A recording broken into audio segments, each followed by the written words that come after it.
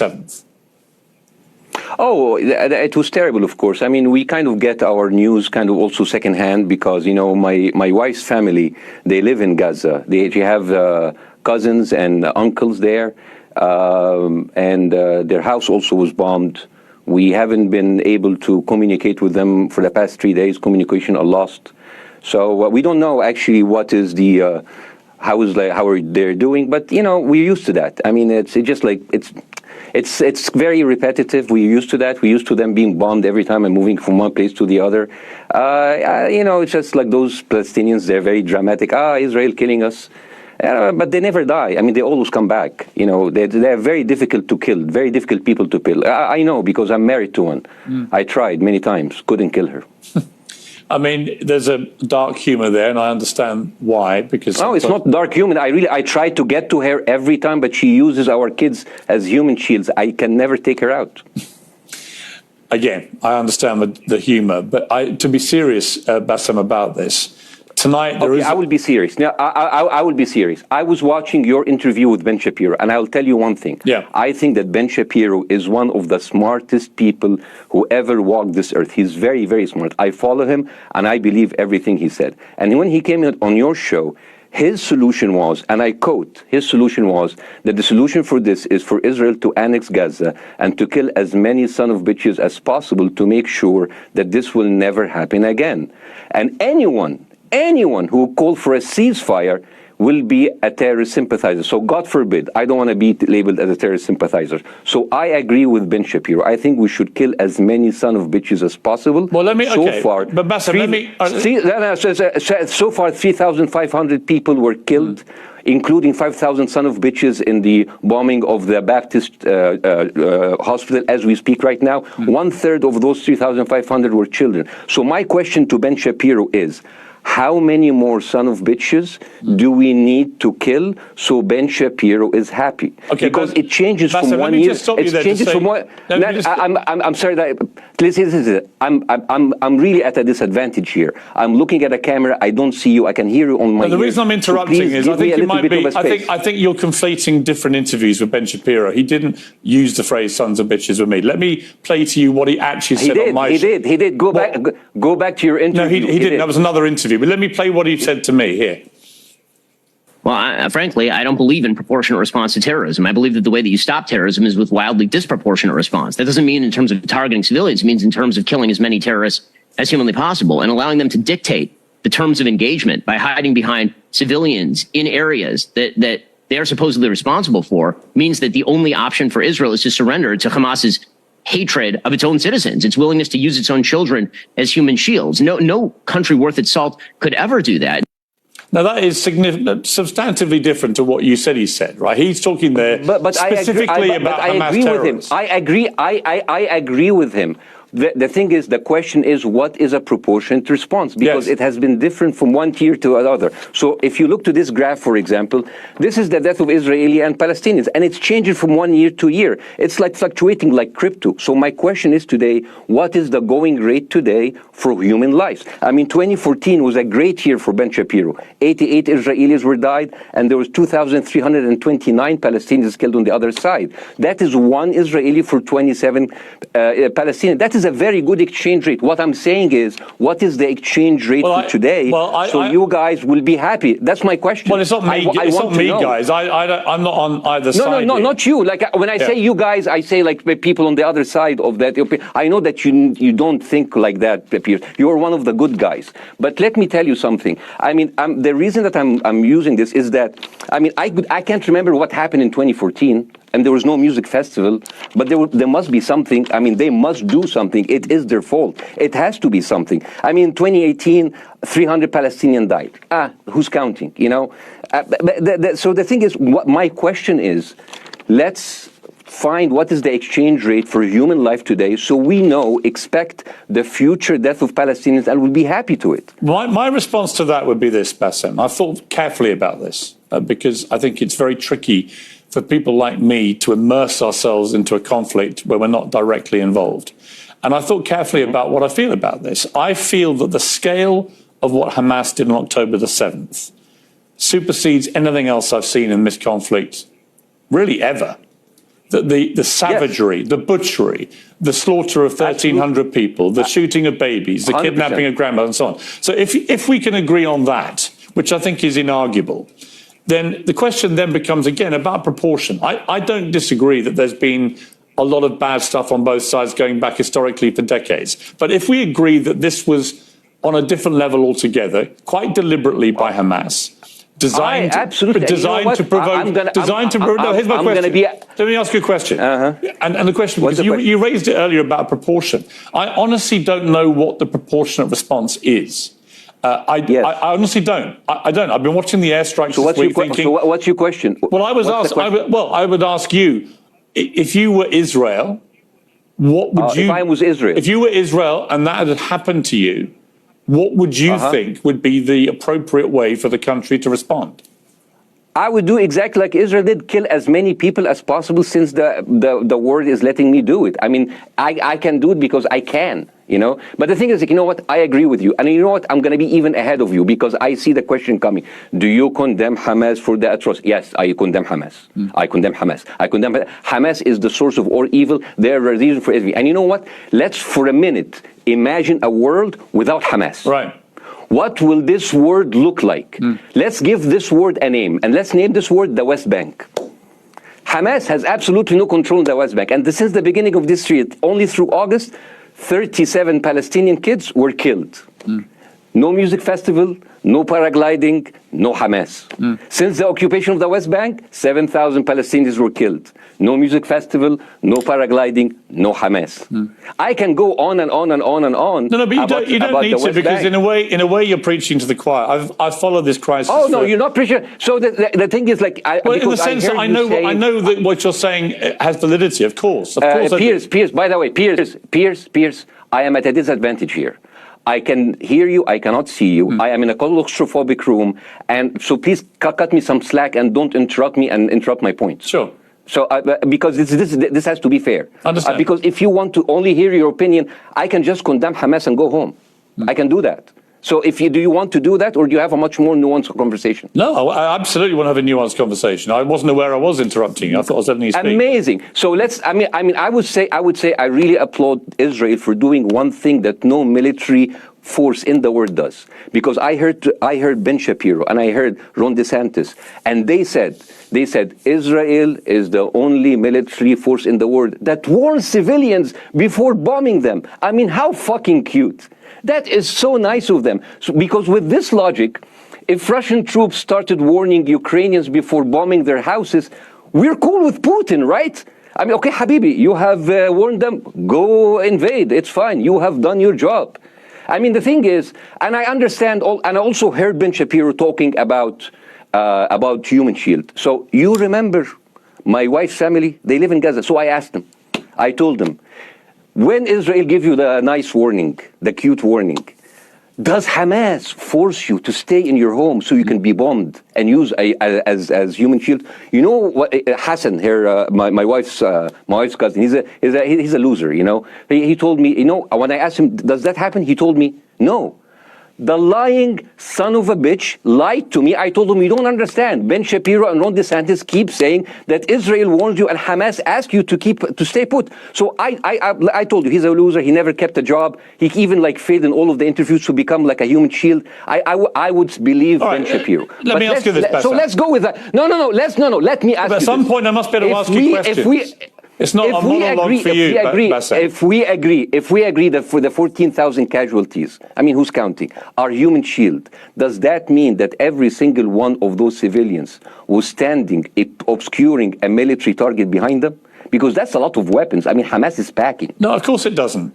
And look, so there's some collateral damage. Lots of collateral damage. Yes. It's fine. Yeah. You kill some to save some and then kill some more. Yeah, I agree. Yeah. Well, let me ask you this. Again, it comes back to proportionate response. When the world decided it had to get rid of ISIS because of the appalling butchery they were carrying out, it did so by also killing, very sadly, a lot of civilians along the way by doing airstrikes against places which. But killing civilians are inevitable. You said that in the beginning. My point is, it's inevitable. Yeah, but once Israel has decided that they want to get rid of Hamas, and Hamas is embedded with civilian population, I'm very concerned about what's going to happen next. I've written a column tonight saying, I remember the Iraq war, which I opposed, right? I remember all this. So my question to you is, what would you think would be an appropriate response by Israel to what happened? Well, these are years of disproportionate responses of Israel. Right. Did it solve the solution? Did it solve the problem?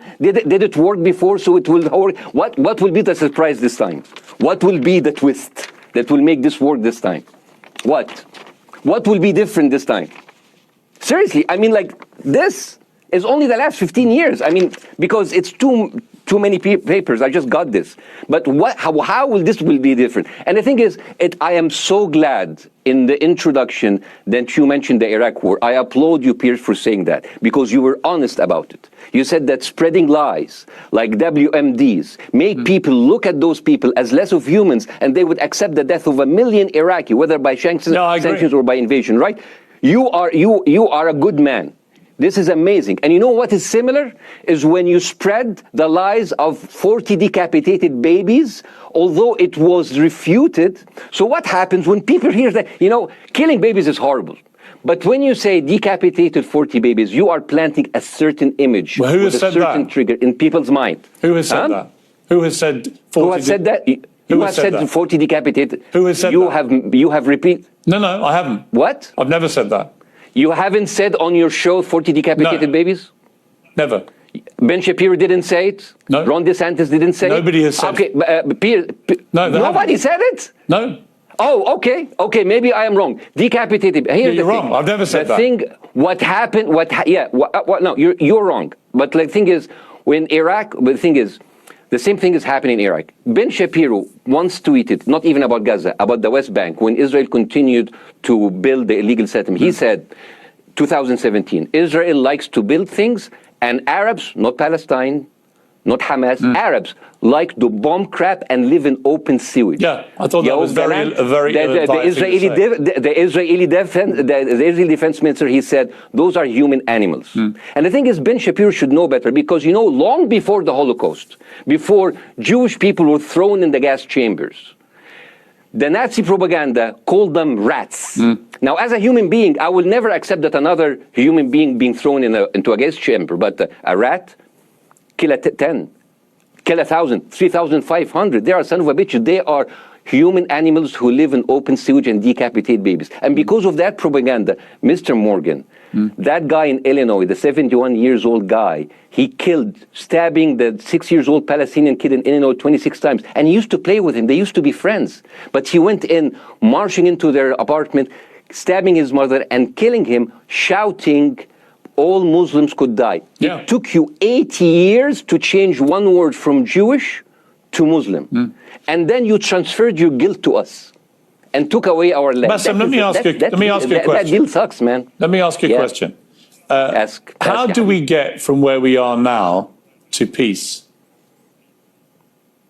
Well, first of all, you need to change the perception. Nikki Haley, the American presidential candidate, said, we are in Israel in this because it's a fight between good and evil. Now, if you already decided someone is good, he can do no evil. And if you decided someone is evil, it's good to kill them. Killing them is good. You see, and the thing is, it is not like something new. I mean, I look at history and I see, I'm sorry to say this, but Westerners has always dealt like this with indigenous people. You first treated them like savages, Native American, First Nation, Aboriginal. They're savages. Kill all the savages. And then when they're almost extinct, you start feeling sorry for them, like animals. So maybe the solution is that we kill as many Palestinians as possible, so the few of them that remains do not bother you. And maybe Netanyahu, when he lives for another 100 years, he'll become a tree hugger. Let me just challenge you on this. And he will campaign for preserving the three Palestinians. You keep talking about Westerners like me. Okay, so let me return the favor, okay? Hamas is dedicated to the complete eradication of Jewish people. I am not the spokesman for Hamas. I'm not saying you are. Why do you keep... I'm not saying you are. Spokesman. You're talking to me. I fucking hate them. Bاسem, Fuck Hamas. Hamas. No. Are you happy? You're missing my point. You're talking in a generalized way about people in the West who always talk about Arabs as savages. I don't. No. I'm talking about America. About I actually led the campaign. I led the media campaign in this country against the Iraq War. Okay, so I don't see people in the Middle East as savages. You are one of the good ones. But what I would say is, I'm not talking about you. You're great. No, it's not about me being great. You're amazing. We love you. It's about the way Hamas behaved on October the 7th was like savages, like a pack of savages. It was the worst atrocity against Jewish people since the Holocaust. There has to be, of course, there has to be a response. They should be eradicated. My question for you is, notwithstanding the history, Bاسم, what is the proportionate response? But I don't know. But there's no Hamas in the West Bank, and they're still dying there. So what's your excuse? I don't have any excuse. Okay, what's your explanation? Sorry, my earpiece went down. Listen, I don't make any pretense that this hasn't been a massive problem between Palestine and Israel going back to the mid-40s. We all know this, right? Piers, listen. I'm not saying that you're making excuse, but if you are adopting a certain point of view, you have to at least defend it. I'm telling you, there is no Hamas in the West Bank. What is the excuse? Not your excuse. What is the excuse to kill those people? Well, listen, this question of proportionality is one that... No, answer my question. I've been answering your question. You answer mine. It's actually not my job to answer your questions. It's not. Okay, not your job. Not. I agree with you. I'm more interested in you, who has family in Gaza, who's an Egyptian in the Middle East, right? I'm more interested in what you have to say. Okay, I'm telling you. I think Hamas is the problem, okay? Right. Now, let's say Hamas is removed. Let's Hamas. I'm agreeing with everything. You want me to condemn Hamas? I will condemn Hamas, Hummus, Hassan, everybody. Guys, so wait. I can't hear you. The earpiece. Damn. Okay. Oops. Okay. Yeah. Okay. I do need help. I think. Okay. Just go back. Is he there? You go back. Can you hear back? me? Okay, go. Thank you, guys. Can you hear Bاسم? Yeah. Now I can hear you. Okay. So here's the thing. Can you hear? Okay. Yeah. So let's say, for example, Hamas ceased to exist. Okay. Do you hear me? Yes. Yeah. Hamas ceased to exist today. Now, right now, in Palestine, in West Bank and Gaza, 20% of Palestinians go through Israeli prison system, whether imprisonment, whether interrogation, whether torture. And the rest of them, they live a life of daily loss of land, of homes, of life, and they are suffocated by this. So let me ask you something. If you are a Palestinian living into these conditions for decades, would you sympathize with your oppressor, or sympathize with the people who claim they resist them even if they are terrorists? I have made no secret that I think the conditions Palestinians have had to exist under are completely unacceptable. Yeah. I've said that for years. So the question then becomes, how do you forge peace between two warring parts of that region who for decades have approached peace, in my view, with mutual sledgehammers, with no actual desire to have peace? And I think it comes down in the end to great leadership. And I don't think there's great leadership. I don't think, well, hang on, let me make my point. I don't think there's great leadership on either side. Where is the Nelson Mandela figure here to come through all this hatred on both sides? Nelson Mandela? Yeah, where is that figure? Nelson Mandela actually have criticized Israel for being a horrible state. All of the South African activists have actually called Israel. My point is about how he responded to a country that was so divided is a template for how you get to peace, isn't it? I haven't met Nelson Mandela, so I wouldn't know. But there's a point. There's a very important point here. I want to understand what is the logic of Israel carpet bombing Gaza. I mean, if there's a logic, if this will make Israel safe, I want to hear the logic. So if they continue bombing, what are they hoping to achieve? Well, I think we know what their stated aim is. Their stated aim is to eradicate and wipe out Hamas. They believe Hamas are living predominantly in northern Gaza. They also are aware they're living amongst civilians. So it's an incredibly difficult thing. As I said in my monologue, it is very, very difficult to see how they do this without massive collateral damage. So if I can understand this correctly, basically Israel is doing this to pressure the Palestinian community in Gaza to turn against Hamas. Is that right? I'm sure that's part of it, yes. That's part of it. So this is exactly what terrorist organizations do, because terrorist organizations will have no chance beating a whole nation in battle. So they terrorize and they kill the civilians in order to spread fear and terror so they can turn against their government to change their policy or to resign. You have just compared Israel with ISIS. No, I haven't. I don't see any comparison between It's Israel going to be the ISIS. headlines tomorrow. Piers Morgan, Israel is ISIS. Only amongst people who weren't listening. The comparison, which is more apposite, is ISIS and Hamas. They are both nihilistic terror groups intent on killing as many Jewish people and others as they can possibly kill. And you can't get peace with people like that. Absolutely. You know what? I'm going to do something that nobody done on your television. You know what I'm going to do on your episode? I'm going to pretend that I'm an Israeli citizen. I'm going to put myself in the place of an Israeli settler in the kibbutz. And I want to speak to my Prime Minister, Benjamin Netanyahu. Mr. Benjamin Netanyahu, I have voted for you because you have promised us peace and prosperity and security.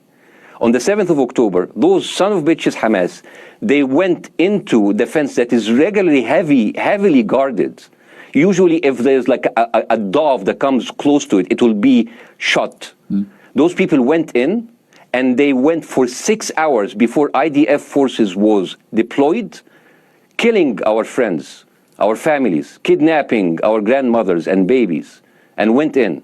I want to ask you, Mr. Prime Minister, after you have fractured the Israeli community and you have fucked our courts, our Supreme Courts, what are you doing with the money being given to you, to the United States? Also, you are carpet bombing Gaza with absolutely no regard to our hostages, our people. I heard a rumor in the kibbutz that you're doing that you let that happen as an excuse to carpet bomb Gaza, so you push them into Sinai. And I didn't believe it. It's like, not my Prime Minister, he can never do that. And then I watched an interview for Danny Ayalon. He was your chief advisor. He was also the Israeli ambassador to the United States. And you know what he said, Mr. Prime Minister? He said that the solution for those Palestinians is to go into a vast land of Sinai and live into tent cities temporarily, temporarily, wink wink, until we build Gaza again, and then we invite you back. يعني عبط احنا بقى. يعني فاهمني؟ We've seen this movie before. So يعني, and when I saw this, I couldn't explain to my fellows in the kibbutz, how come our Israeli government is trading human lives for another piece of land?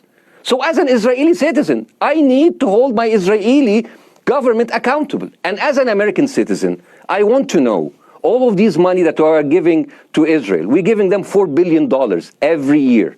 Joe Biden said it's the best investment America ever done. Well, if I am in the place of Joe Biden, I would say, sorry, don't speak. I would say, if I was Joe Biden, I would go down and whisper in the ears of Netanyahu and tell them, I hate bad investment. They haunt me, like Littlefinger in Game of Thrones. But the thing is, this is the problem. Israel always victimizes itself, and I have never seen a victim putting their oppressor under siege and bombing them 24/7. Israel wants you to believe that they are the victim.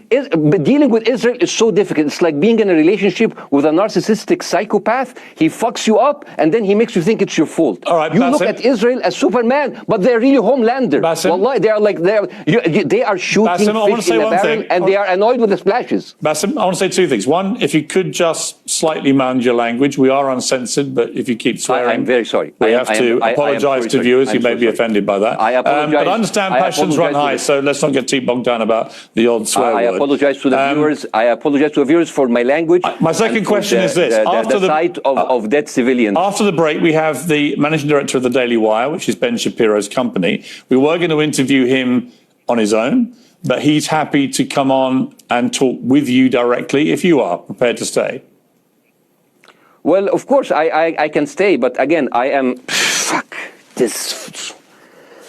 I am in a disadvantage, and I would like to have my space to respond. Okay, we'll come back after the break. Because here's the thing. There's Bاسm, two things we're going to go to a break. All right. When we come back from the break, it'll be you and Jeremy Boring from the Daily Wire. I have news. We're taking a short break, Bاسm. I'll be back.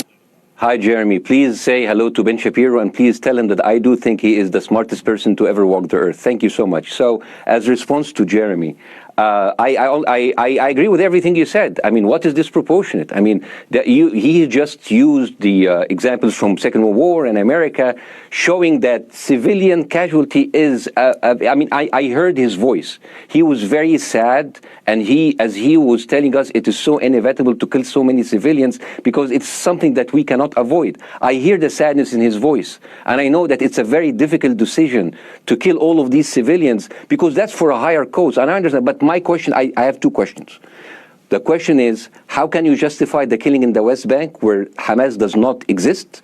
And if the disproportionate response during over all of these years have actually worked, what will be new this time that did not happen before?